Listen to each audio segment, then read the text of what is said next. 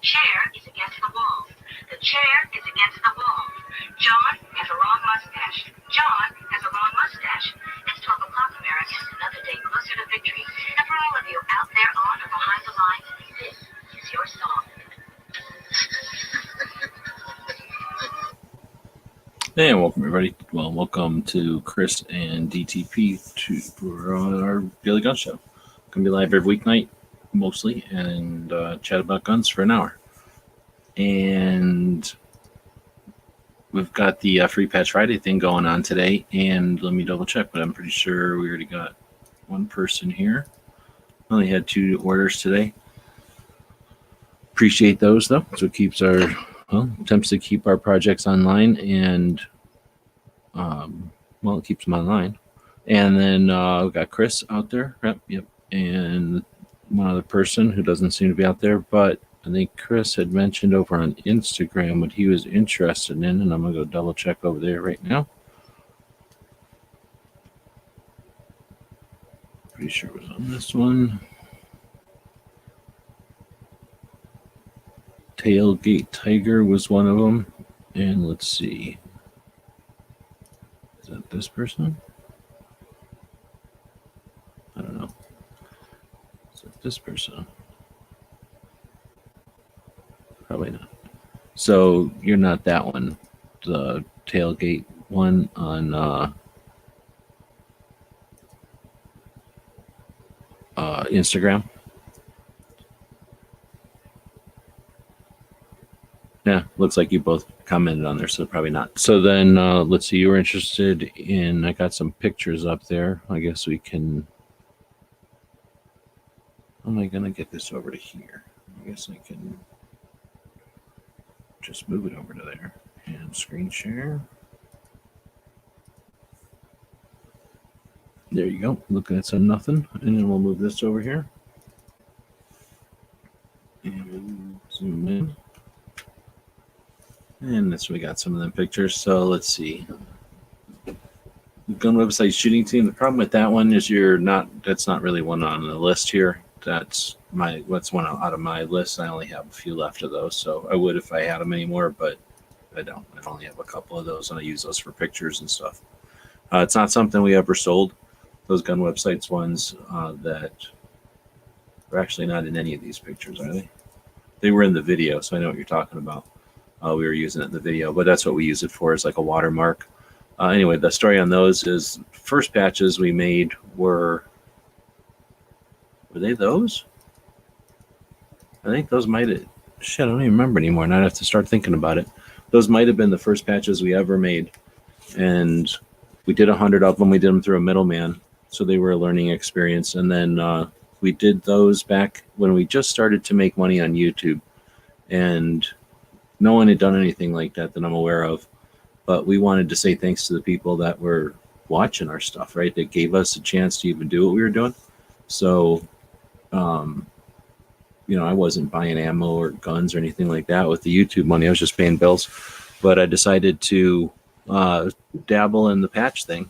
I knew a couple of people were already selling patches at the time, and I suspected making money on it, and I wanted to have our own patches since forever. That would have been awesome. So I decided to dabble with it. I can't remember if we made the Arizona flags first now or if we made those first.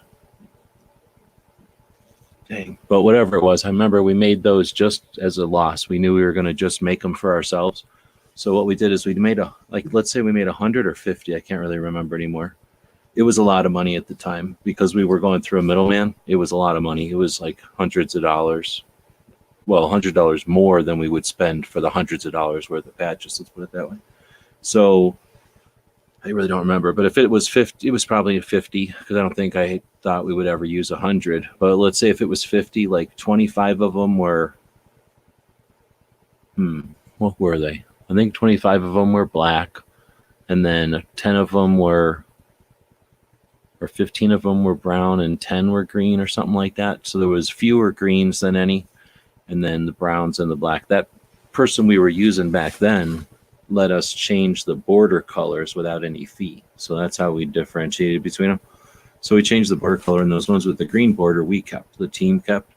because we thought they looked best on multicam. And then the black ones I sent out. I gave those all away to people that supported us.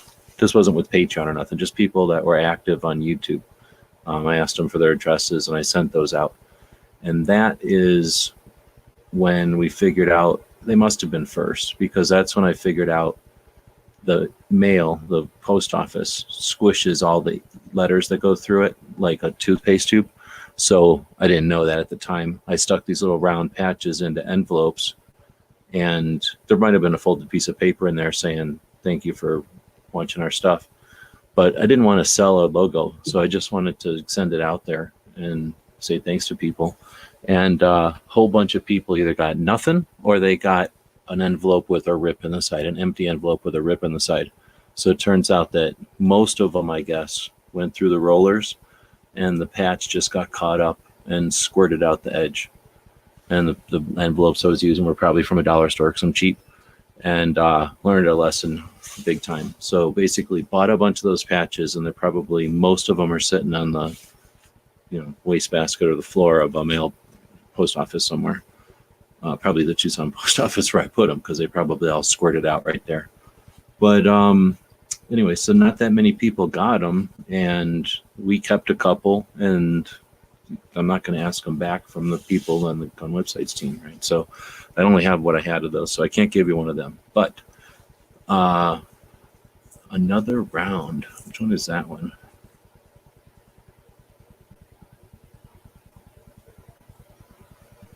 You're out there, so you can guide me in on that one. To another round. So is that like on the second one, maybe? No.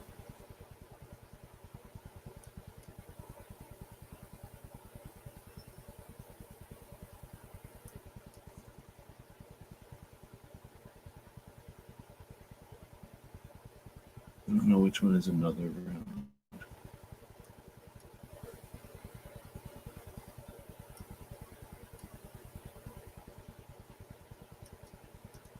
Yeah, you definitely got to give me a heads up on that one. I don't see another round down here.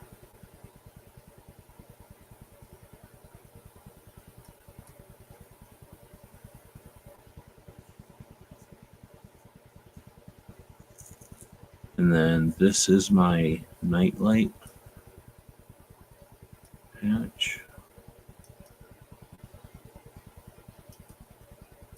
Is that a green one?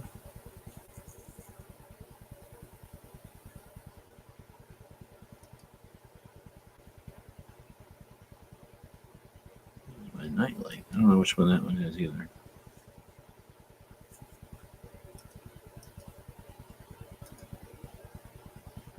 Let's see any patches on this one. Then the CloverTac one. Did I put the CloverTac one in here?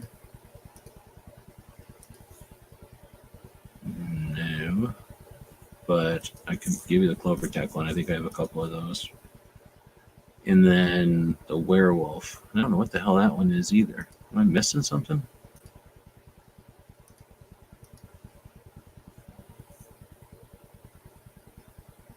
Oh, okay. So it's from the video. So let's go find the video. Boom. Let's see.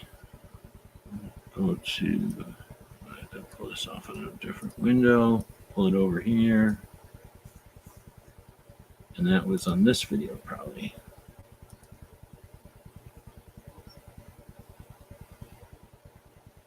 So probably over here somewhere. I start to scroll around on them.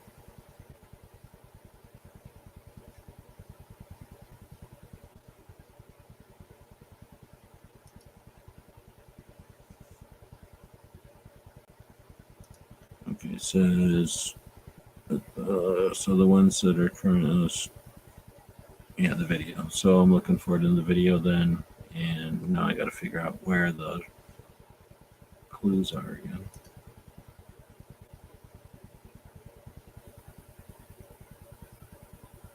So I just stuck a bunch of the patches into those pictures to make it easier, but pretty much everything on this screen is still fair game. Now I don't remember. Are you the one that wanted the airplane one?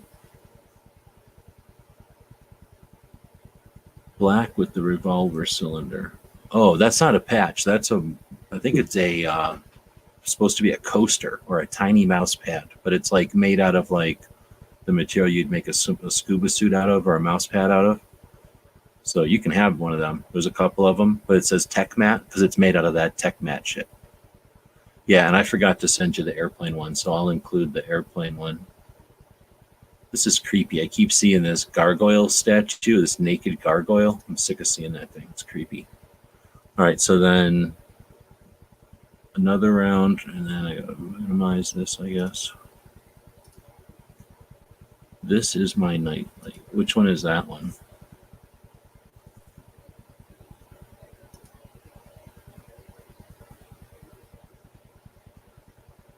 This is my nightlight. Sounds like it should be a yellow one, but I don't know. Yeah, I keep showing that one. That's just mainly to mark a video, though.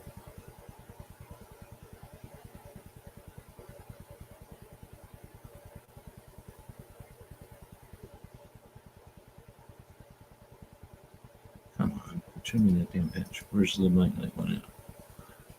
You can click not interested on the thumbnail to quit seeing it.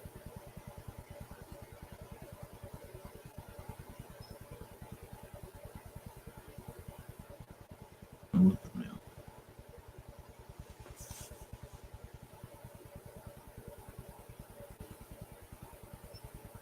Up and to the left of the another round one. Oh, that little green one there?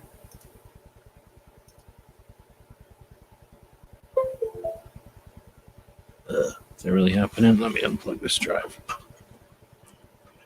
I think they're sitting out here. Let me just go make sure.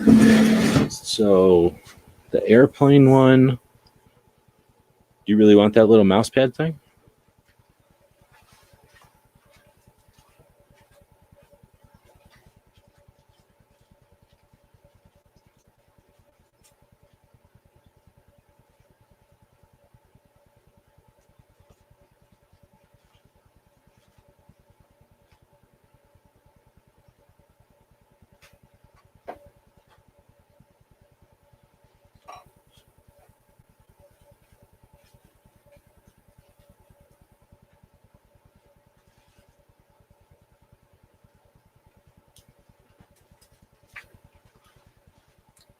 All right. Well, now I'm going to send you that mouse pad anyway because I already grabbed it. And I got this is my nightlight one. And then minimize this again. Go back. So look at that creepy thing. So another round. That was this one. This is my nightlight. A clover tack one. Oh, yeah. What's the werewolf one?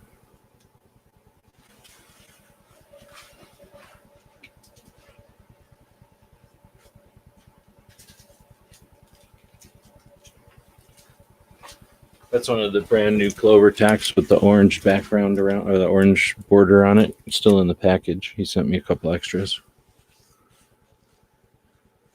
It's an okay patch collection. It's actually, it's actually what do you call picked through by now. So it's a lot of manufacturer ones. When I first grabbed it from Shot, it was pretty neat. We need to see a gun shop do that, what I did, which was basically just go into all the places where I knew there was patches over the years.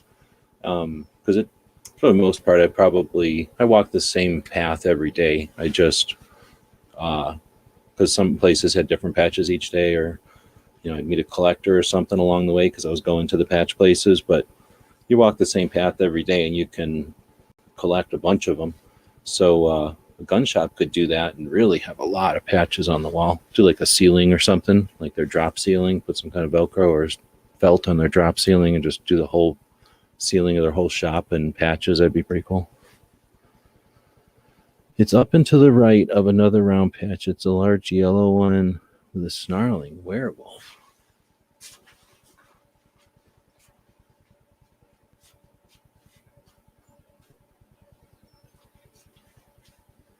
Oh yeah, that one is from the set from Altama Boots, original SWAT. So that was Wednesday's patch, I think. So that one is, I had to trade for that one. And it was a pretty neat story or whatever. I met the patch lady, patch girl at their booth and helped them out by jamming patches up to the top of their patch panel for them. But anyway, those are four that say 2020. So that particular one looks like a circle because it's one of the zeros. So the first day was a 2, the second day was a 0, 20, right? 2020. And then each day was a different design. So I can't give you that one. That one's going to, we're going to do something to send that one out to one of the pit crew probably. See which ones of the pit crew wants them, and then do some kind of head-to-head battle between the pit crew, see who gets it.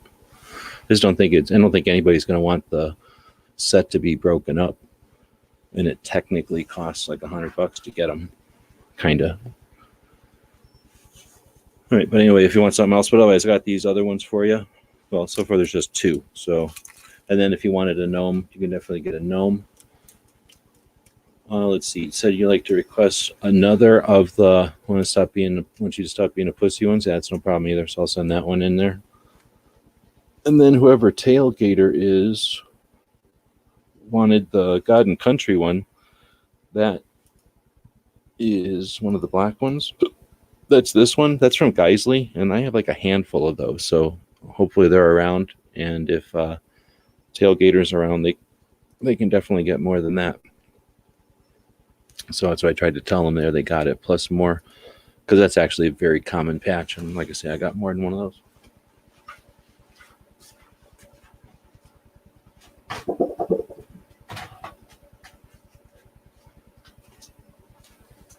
Anyway, so Chris, if you want to throw some others in there because you got scammed out of a couple of your choices there, and you can have more if you'd like. But you want that 44 Korth one?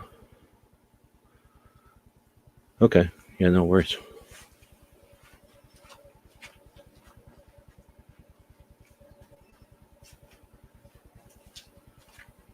That one is from Nighthawk. That's a Korth patch. They only had those on Monday.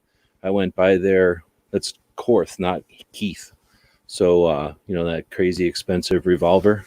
And then I went by there the first day and snagged one. They looked at me all funny, probably because it's like a $3,000 gun or whatever it is. And then I don't care. I kept walking, and then I went by there the other days because they were right by ITW, and they didn't have any patches at all after that. Well, I should probably go look at StreamYard and see if there's anybody even here tonight. Nope, I guess not. So we got 8 people watching. I think for the most part, there was only 2 orders today from the store, and Chris was one of them. So thank you very much. Hopefully, got you set up there. But like I say, I'm sending you. At this point, like 3 ounces worth of stuff, and there's really no cost difference between 3 and 5 ounces. So I can definitely give you a couple other patches if there's something in there you'd like. Yeah, Yankee will go nuts because I told him if he wanted it, he didn't seem, Yankee. He doesn't really care about patches. So I told him about a couple I'm sending to Matt, and I told him I got that Korth one to go grab him if he wants one, or he could have this one, and he didn't seem interested in it. So you're getting it. I'll tell him where to go if he needs one. If you need a badge or anything, or a badge holder, or any of them shot glasses or anything like that. At this point, I'm not sending it a very big. Or I guess I got the gnome. I could probably send a gnome in a regular blue thing because it's just a piece of foam, and it's not like it's going to hurt anything.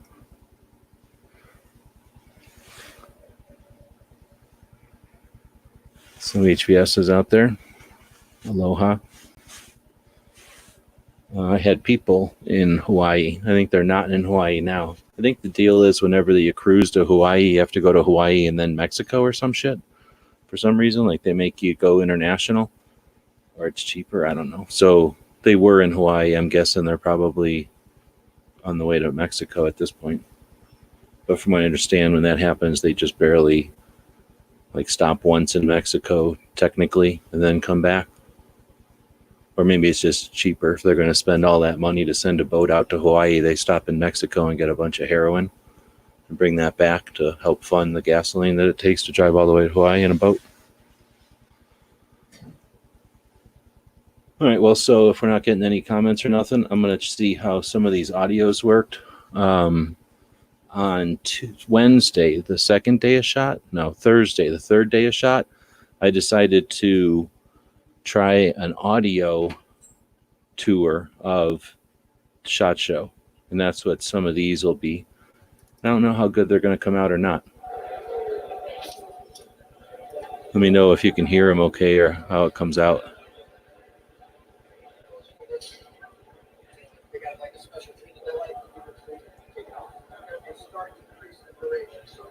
I just literally turned the audio thing on and kind of walked up next to people that were talking without being totally obnoxious.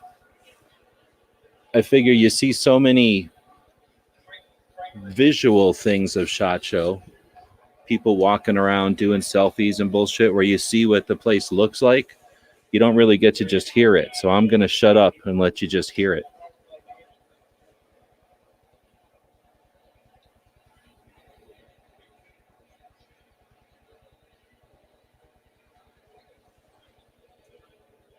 I'm going to skip ahead.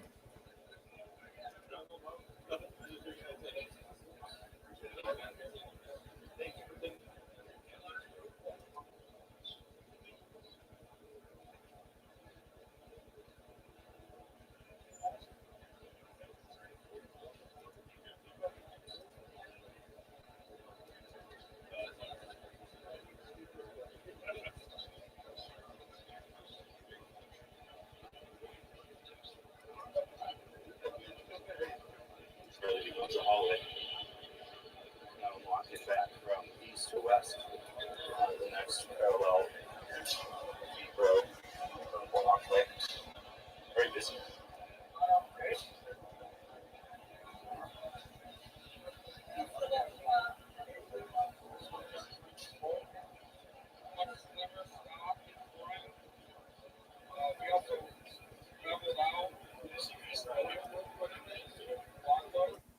So that, I don't know, give me some feedback on if you can hear that or not. Let me see if I can get this thing to tell me the duration of these things.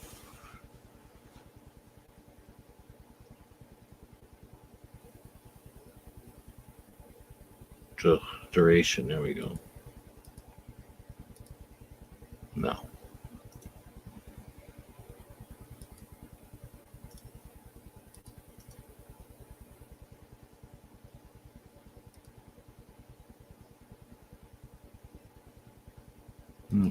All right, so I'll just go by size. Basically, I turned it on and would walk around until either I met somebody or did a picture because I couldn't take pictures while I was doing it. It looks like I have. Is it going to tell me how many files I have here?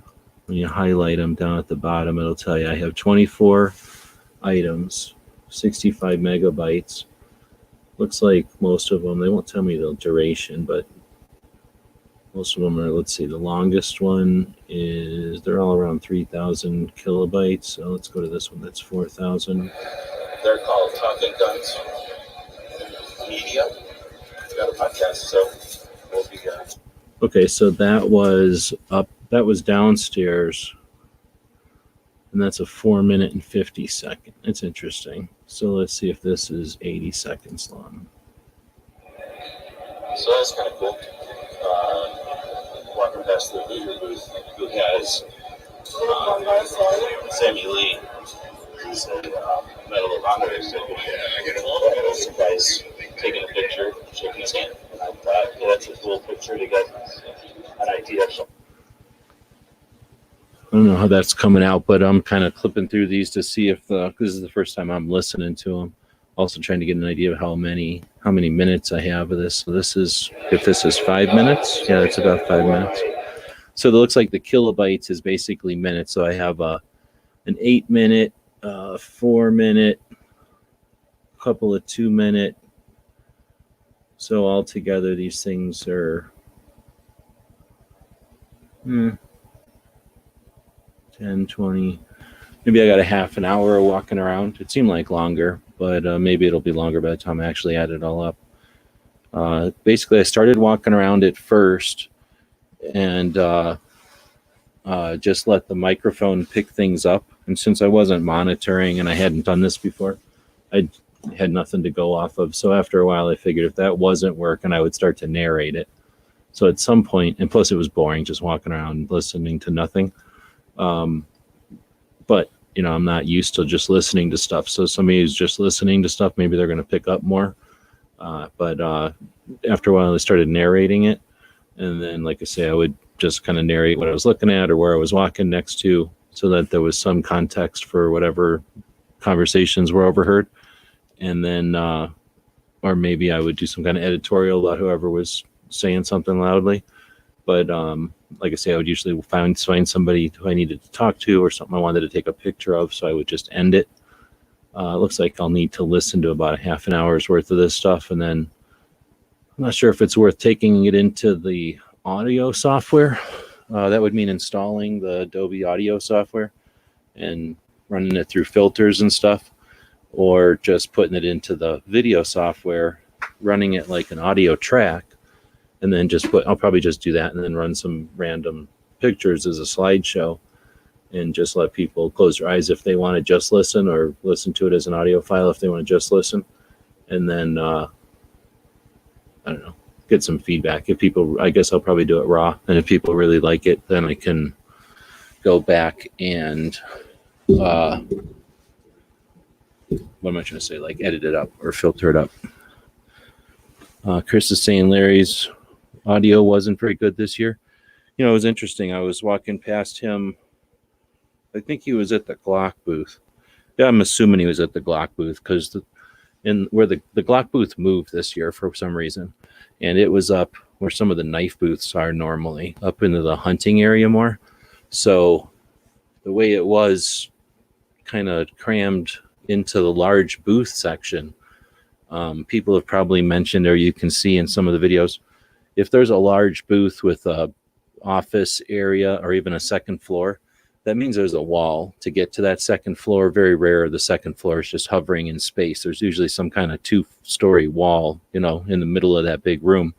And if 2 of those walls get next to each other, that creates like a hallway or a canyon of, walls out of nowhere. So sometimes you'll be walking through this big open room, and all of a sudden you're walking down a hallway and it seems like you're alone in this big giant room. And that's kind of how the Glock booth was. The Glock booth has only one little portion of their booth that's offices. 3/4 of their booth is just, what are those things called? Kiosks or whatever, like little stands where they'll have employees handing out swag and talking about their guns. And they have the same carbon copy of guns, every single Glock gun on each kiosk. So there's no need to go to each kiosk. Each one is a carbon copy of each other. And then they have a second area where they got Chuck now, where it used to be Gunny, doing the signings, the signatures or whatever you call it. And then another section where they do interviews and stuff, because a lot of the booths have a section for doing video interviews now. So that's where I seen Vickers, is over sort of by the interview area. And he was screwing with his own cameras. Like he was over there, like fiddling with it, like not like, as if that's what he does. Like, not like he was filling in or helping, but like, he was just doing his thing. Like he was totally comfortable with it and fiddling with it. So I'm not sure if that's because they were down a person or if whatever, maybe it was just noisier this year, but I don't know. I never paid attention before. I've never seen Vickers fiddling with his own cameras, but he usually has a couple of people with him, holding cameras and doing that kind of stuff. I just assumed he had other people doing that stuff. And nobody's jumping in today as far as joining. So I don't know, we're half an hour in. I don't know if people are interested in listening to more of this. I really just wanted to see. This is the first time I pulled him off the phone. I forgot about him. Take a picture of one of the phone cutouts. Mike Redling from Warrior Dog Project. Was working with one of the booths, I guess, down here doing dog travel houses or something like that.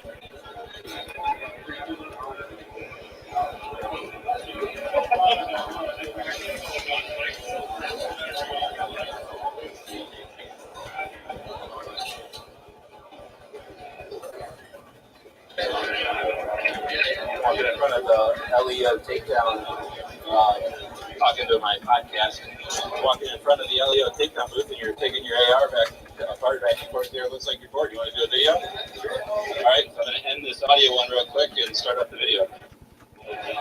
Just stopped to take a picture of one of the foam cutouts of Mike Redlin from. All right, so that's sort of what I'm talking about. I don't know if you could hear that well or not.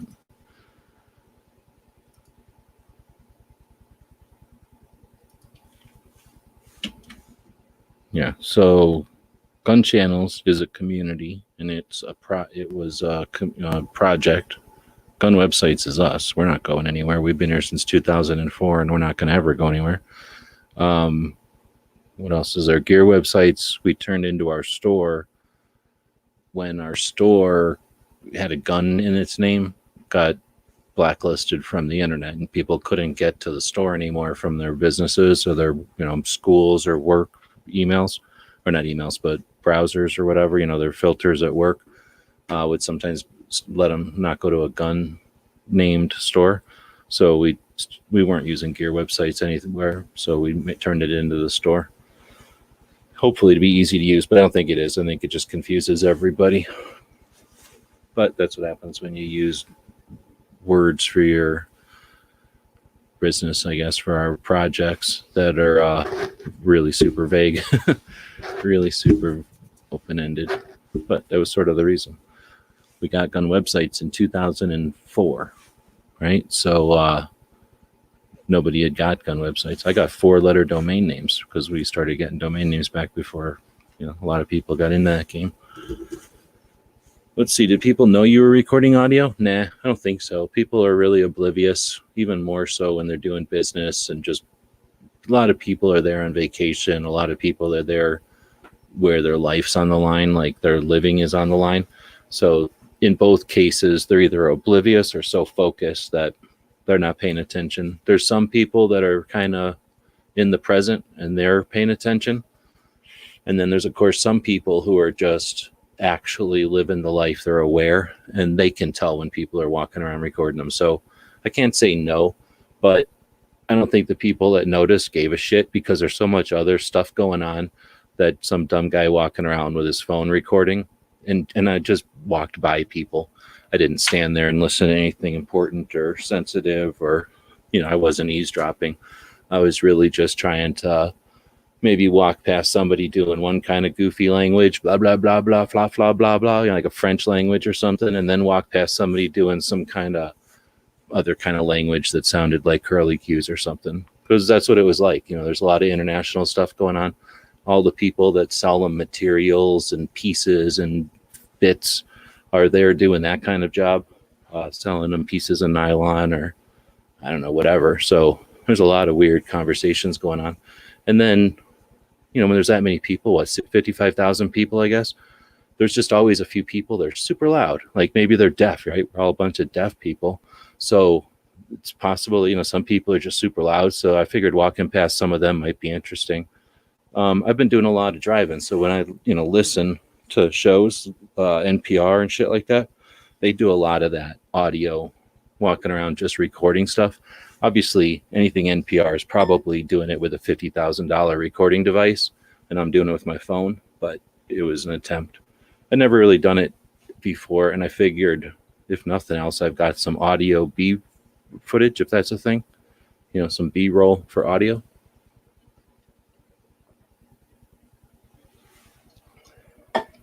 Nobody's in here tonight, so you get to listen to me drink stuff.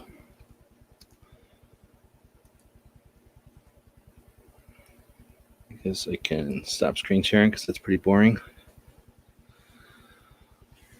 Some people walking past our booth videoing everything. Yeah, I definitely seen people like selfieing, you mean? Or just their camera on as if they were like going to share it with their friends at home.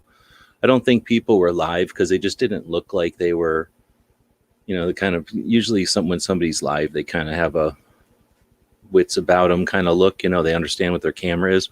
The people that I seen walking around just recording everything in front of them seemed more like they were sending it to their wife or their kid or their friend. Like, hey, look at this. And then they would turn it around and go, see what I mean? Stuff like that. It didn't seem like it was like YouTubers doing that. And I think, and that's just because, well, number one, if you're actually media, they tell you not to do that. And if you read anything or if you're paying attention, you don't, you pay attention, you follow the rules. You don't see too many people doing it, so it's not like it's a common thing. Plus, I think it would just be a bad video.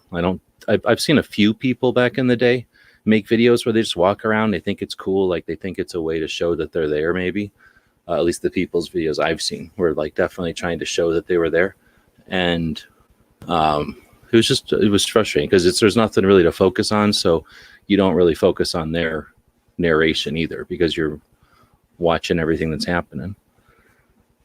No, you're watching all the people walk around and stuff. Since you're talking about the store, will you be getting patch panels back in stock? I was going to order one today, but they were out of stock. I really like Kentucky shaped one. So the deal with them is this.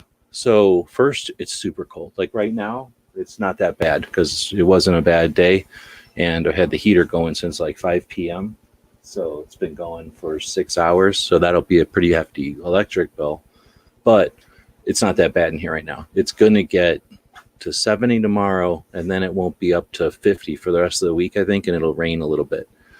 So when it gets cold like that, I'm fucked because I don't have heating in here anymore. So as soon as it gets to be a normal temperature, I'll be back into working on the machines because then I can go into these rooms and not be cold or hot. And I should have a while to do that. Then I'm going to see where I'm at. I'm pretty much in the hole right now. As soon as I get out of the hole selling some stuff, I'll see where I'm at and then potentially put a sewing machine on a credit card. I either need to get a real sewing machine or the kind that I used before to do those edges, because I'm not just going to cut a piece of carpet and sell that. That's weak. So I put like an edge on there, and that's the machine that broke, and that's why I haven't had them on the store. And I have the material, so I'm definitely planning on doing those again. Whether or not anybody will buy them, I hope people will buy them. But it's a $200, $300 machine, depending on when I buy it, or if I find it on sale or refurbished or something. So it's not a no-brainer. Like I have to wait until I got enough room on a credit card and then decide. I'm not going to do that. If I don't get room on a credit card until like a minute before it gets hot here, I'm not going to buy that machine before it gets hot because I'm not going to be able to work on shit when it gets hot. So it's just sort of fucked. I can't really do stuff all year around here. So if I can work it where that machine gets, if I can buy one of the machines while it's decent weather, then yeah, I want to get those patch panels back on the store. Let's see. Everyone in public walks around and records now, so I don't even notice. Yeah. See, the thing is at SHOT, you're not supposed to because there's so many cops and undercover and military guys that don't want to be on video. Plus, I suspect it's the same kind of thing as a gun show. If, you said, hey, I'm going to be sick this week, and then here you are on video at SHOT Show, I guess that could be a potential issue with any kind of trade show, especially in Vegas, right? One time I got a voice recognized from YouTube at the emergency room. I don't know what that means. I know that I went and looked at, I had my video software glitch on me. I don't know what it was. Something glitched. It wouldn't update. So I ended up, long story short, uninstalling it and reinstalling it. And while I'm uninstalling it and reinstalling it, because that took some time, even on this new fancy computer, I clicked on one of the Adobe products to look at it. And then I went over and used my phone in another room on Instagram. And I got the ad for the Adobe thing that I clicked on once in my whole life. I clicked on it once while I was waiting for the stupid thing to update. And then I closed it because it was something they have to pay for. And then they're over there trying to sell it to me. So that definitely is a thing. It won't be long before we got the, I don't remember which one that was. Was it iRobot or was it the precognition one? I forget the name of that one. But I forget which movie where the guy's walking down the hallway and like the ads are specific to him. Like, hey, Bob, you want to buy this spaghetti? We'll be pretty close. Patch panel for Washington. I did a Washington one for Woods, I'm pretty sure. Took no pictures of anyone. I didn't want to get in that sort of trouble. Yeah, and I don't know. Well, actually, for yours, I wouldn't say that. I was going to say, I don't know where your booth was. I didn't see you guys, but you were downstairs, right? I was going to say, if you're in like the hunting area, if you're downstairs, you probably don't have to worry about it so hard, because those guys that are super worried about that kind of shit probably aren't looking at hunting stuff, but you're on a different level. If they might be looking at one of your rifles for shooting out like a motor or something, or shooting the engine off a vehicle or something. I don't know if people are buying it for that, but I would suspect they'd want a big AR for that kind of thing.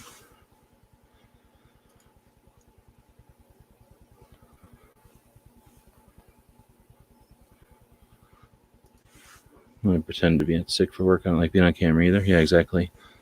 And again, thanks for the cash.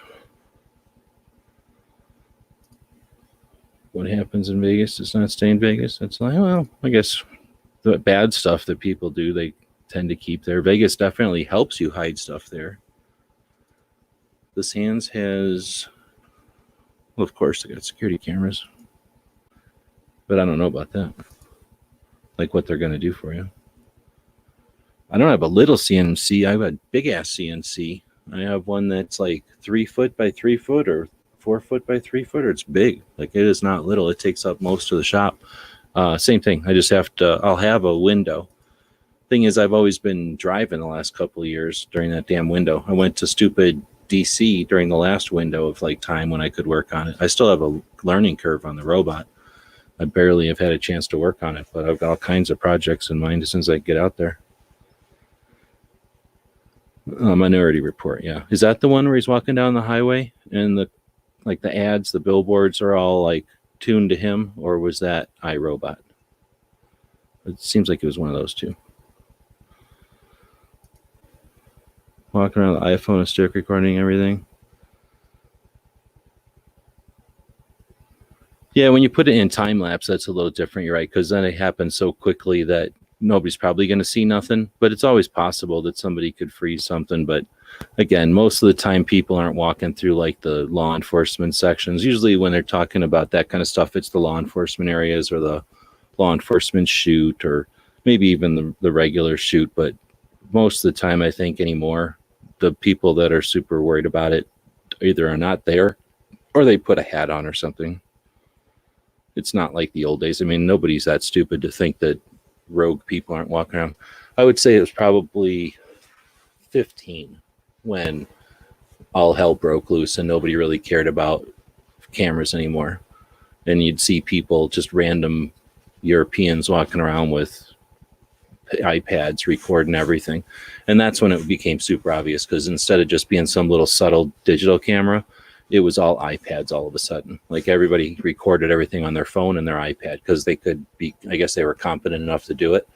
Because before that, I'm thinking, 14, 15, 14, you still didn't have iPads that could record video worth the shit. You might be able to take a picture or something with one, but I don't think they were doing good video. So I think it was maybe 15. But after the last years, you just see a lot of people walking around taking pictures, and really nobody cares. And for a while there, it must have been they had like special products out or whatever, like prototypes or something.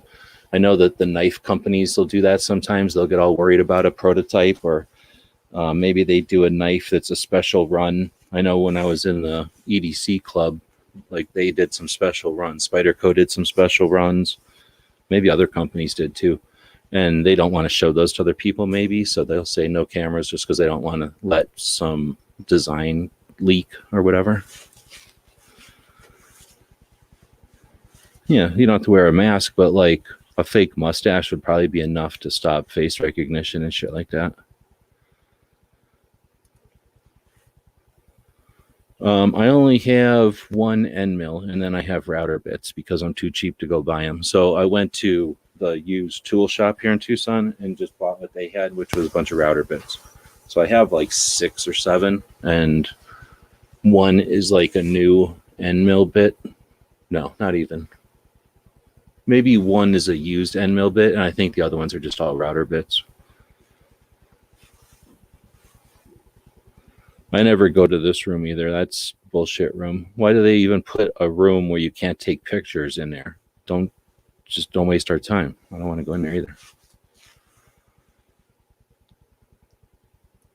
One guy was wearing a total face mask. Like a burqa type of shit. That's weird.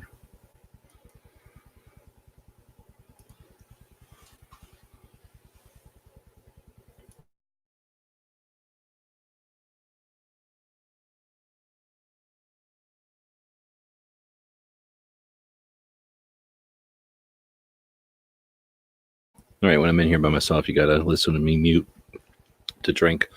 So anyway, today is the anniversary of the passing of J.M. Davis. He died today, back in 71 or 75 or something. So was it died today in 72? So this would be a good day, or this would be a good weekend to do J.M. Davis stuff. I think I was going to start doing the Museum Monday things again. I'll probably kick it off with J.M. Davis's shop or museum, I guess.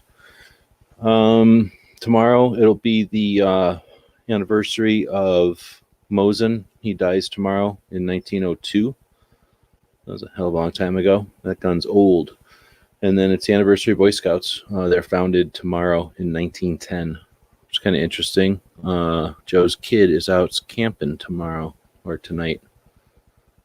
I wonder if they are going to acknowledge that. I'm trying to remember if we had to do anything for...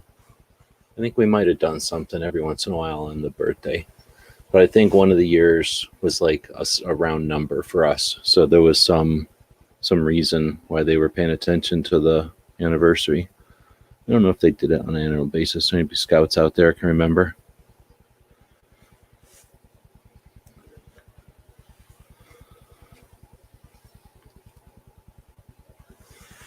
Off topic again, but I wasn't that interested in the patches until I discovered the got on YouTube, so I blame you for my patch addiction.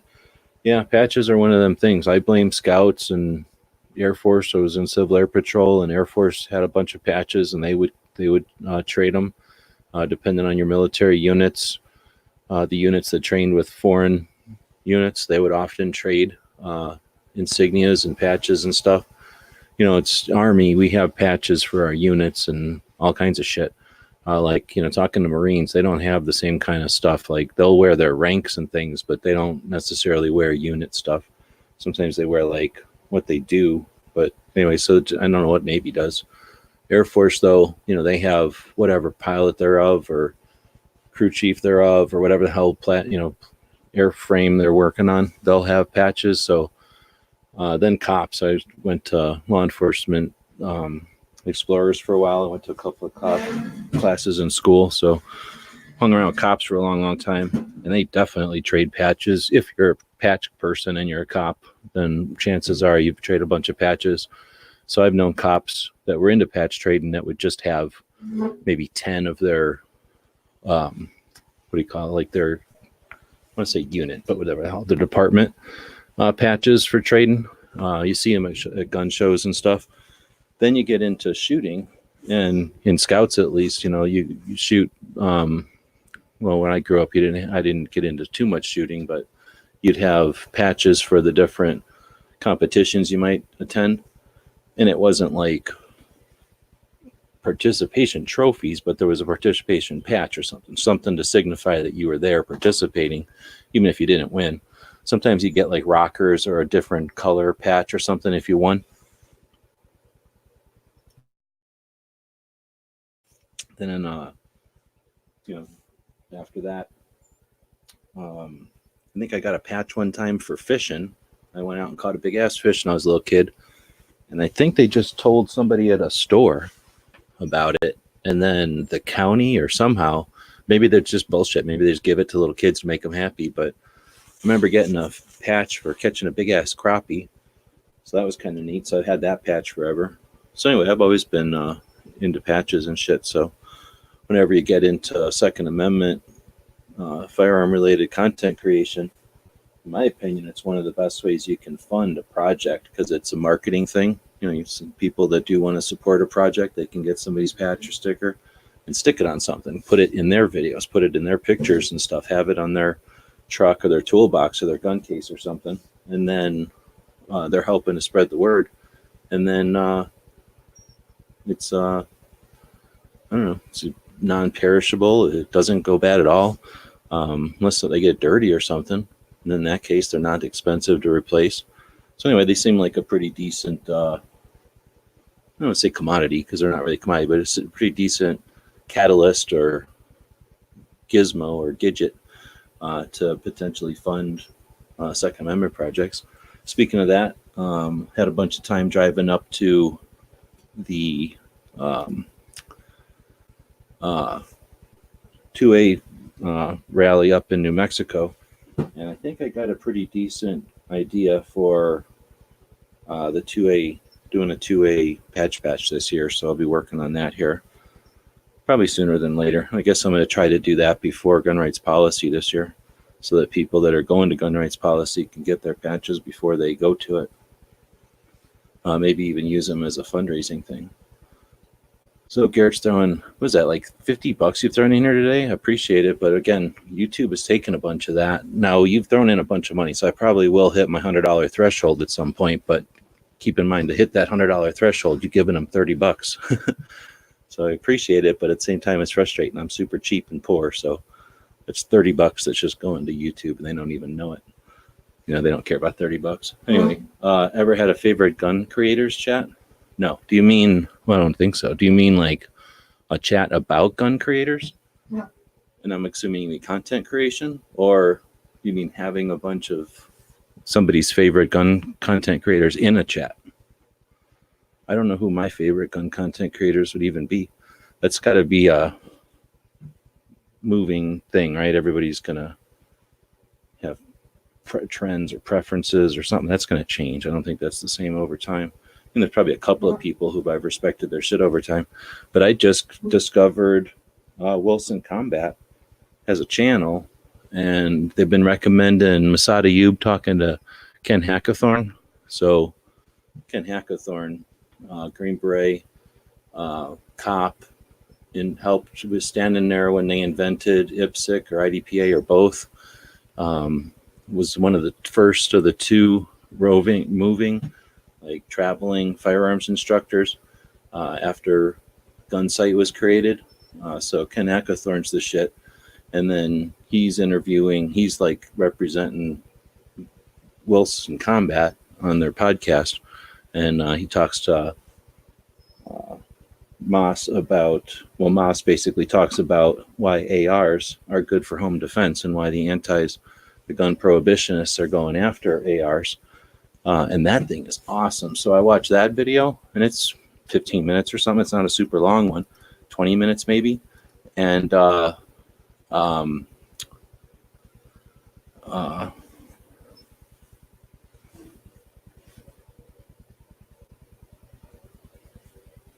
was I going? Oh, I started digging around into the Wilson Combat ones, and they had a couple on, well, it was again Hackathorn talking to a couple of different people, but about the origins of IDPA and IPSC and Gunsight and all this shit. So, you know, that stuff, I probably wouldn't want to listen to that at some points, but right now, since I'm working on 2A history, it's like in my head and I've been thinking about it. Like that hit the spot. Like it filled in so many blanks just listening to the guys that were there reminisce about it or talk about it. I mean, that would definitely be at the top of my list. But now that I've heard it, once I get done with that project, I'll probably going back to not caring that much about it. You know, and once I've figured it out, then I'll be listening for something else. But yeah, there's been a couple. I listened to Jeff Gonzalez from Trident, and I don't know why they've been posting those at me or like trying to make me watch those, but they've been recommending those at me. And I never taken one of his classes. I think I know people who have, but I never have. And those are pretty interesting. So mine would definitely change as time goes on.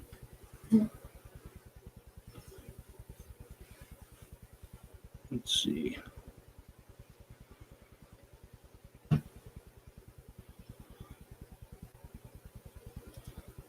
Should have gotten one of yours. Yeah, I didn't know where you guys were, and I think I did. No, did I? No, I got There was a patch board that was letting people take patches, and I might have got one of yours, but I might not have. Yours is white, and I know I got a white one that I was like, oh, score, because I don't have this one, and I know who this is.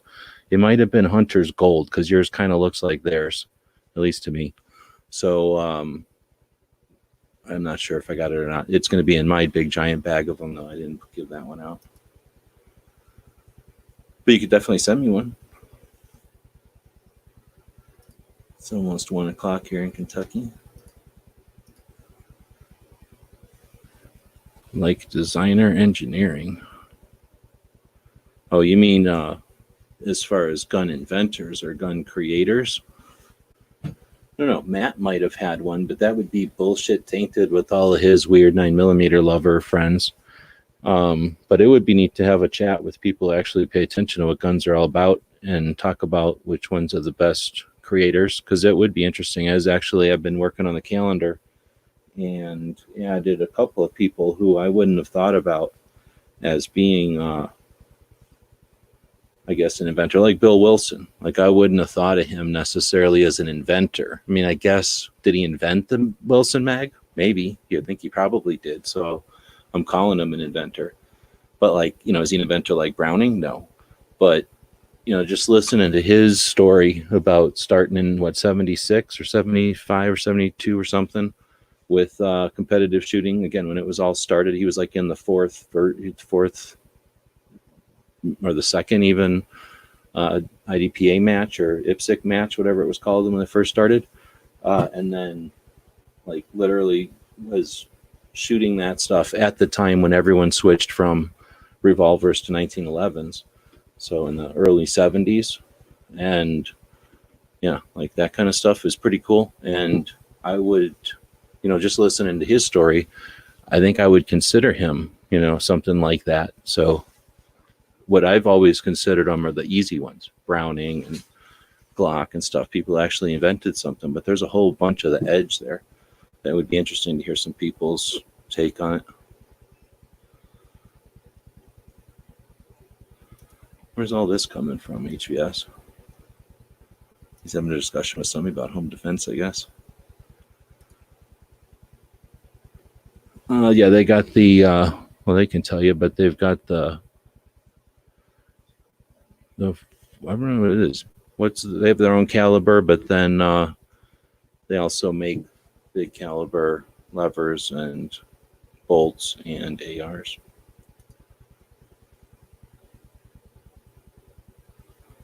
I'm guessing the people that made videos got by your booth. I mean, there's no point in me going to your booth. I'm just going to see it and walk on. Take a picture or something, but I don't really do videos of stuff.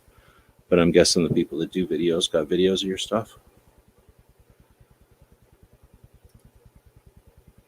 Think Clover got a video? I'm sure.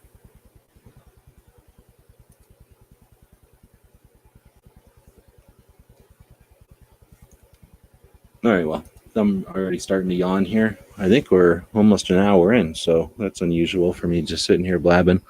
Do not like doing this. It's not my goal. So I'm right now trying to fiddle with some video stuff as I get that kind of under my belt, like as I figure it out. That won't take me so long. And as I get more proficient, hopefully this show will improve a little bit as well. I keep saying that, but I've actually now getting time to actually do that kind of stuff. So we'll see. And hopefully we'll see more and more people joining the show. It's all about being part of the conversation. Hopefully we'll start seeing some people actually join in and be guests on the show again. And that makes it a little easier. But until then, thanks everybody for joining us tonight. And for the couple of people that purchased stuff over at the store, appreciate it. There'll still be incentives to purchase things throughout the week. So feel free to buy stuff over there. We'll be adding some new stuff. I'm thinking about today how to probably add a few things to the store and then scoot them over to eBay if they don't sell right away on the store. So a couple of magazines and collectibles and books and stuff coming out of the library, some doubles and some things that I don't need to keep anymore. We'll be going up, and well, as I kind of mentioned before, as the weather gets better, and it is getting better, I think once this rain clears up, I suspect it'll get to be nicer so that it won't get this damn cold anymore. And then start watching for stuff coming off of the robot and off of the machines, so the sewing machines when I get them. So thanks again for showing up. We will talk to you again on Monday. Stay tuned for other stuff coming up on the what do you call it? The what's the damn word? The regular old videos, whatever the hell the better word is for that, over on the YouTube or on the gun channel side. Yeah, on the gun website side, making it difficult for everybody. And then sent me an email about the robot. What robot? Oh, my robot? Right on. If it's about end bits or end mills, let me know. Definitely interested in that. Because I suspect I need to get some ball end mills, to be able to do some real carving with it. Keep on activating the 2A. Being active, maybe? 2A? Yeah, so that's actually something else we'll be talking about, is I can get my shit together. We'll be getting a team together, and certainly have a lot to keep track of, but we're going to do it a different way going into 2020. So if you're interested in rolling your sleeves up and working without any credit at all, without any possibility of getting any kind of recognition or credit, and you want to work on 2A stuff, there's definitely going to be some opportunities. We're going to see what we can do as a smaller, harder working team to effort for education, information. What's it called? That infotainment. So I want it to just be education and information, wherever the hell those two are mixed together. Infotation, edumation. I don't know what it is. Yeah, right on, dude. Appreciate that. So I don't know about shipping or what, but maybe if you can ship them to me slow or something, it'd be awesome. Or teach me how to sharpen. That would probably be just as effective. Or is that something you sharpen, I wonder? I don't have a robot. I have a three-dimensional, what is it, router? Three-dimensional cutting machine. You can cut wood or metal or rubber or foam or other stuff.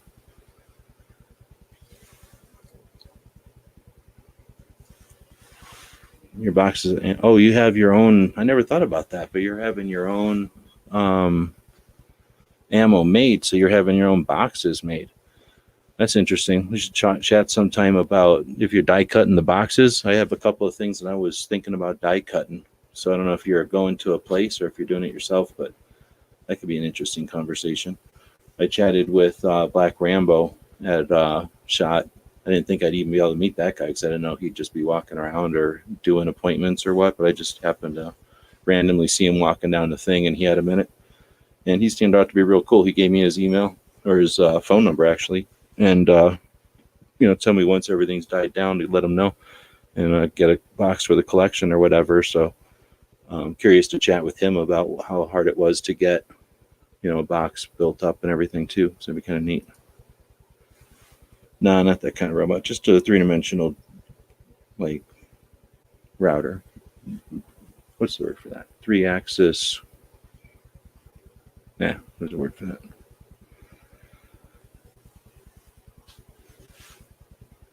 Yeah, I know you've made ammunition, but I guess for some reason I just figured, box or a bag. I never really seen a picture of it in a box or whatever. So I never put two and two together that you've been also making boxes and printing them up and doing that kind of thing. Not really sharpenable in-house? Okay. I know that drill bits are, but yeah, not all drill bits are carbide, right? All right, well, that end part got really weird because I was addressing individual questions, but sometimes I threw them up on the screen like that. Again, thanks, Garrett, for all that. But with that, I'm going to end it. So Garrett, quit sending us super chats, and we'll see y'all. Let's see. I don't know if Travis doesn't do a show tomorrow. I think Rick does his show every Saturday still.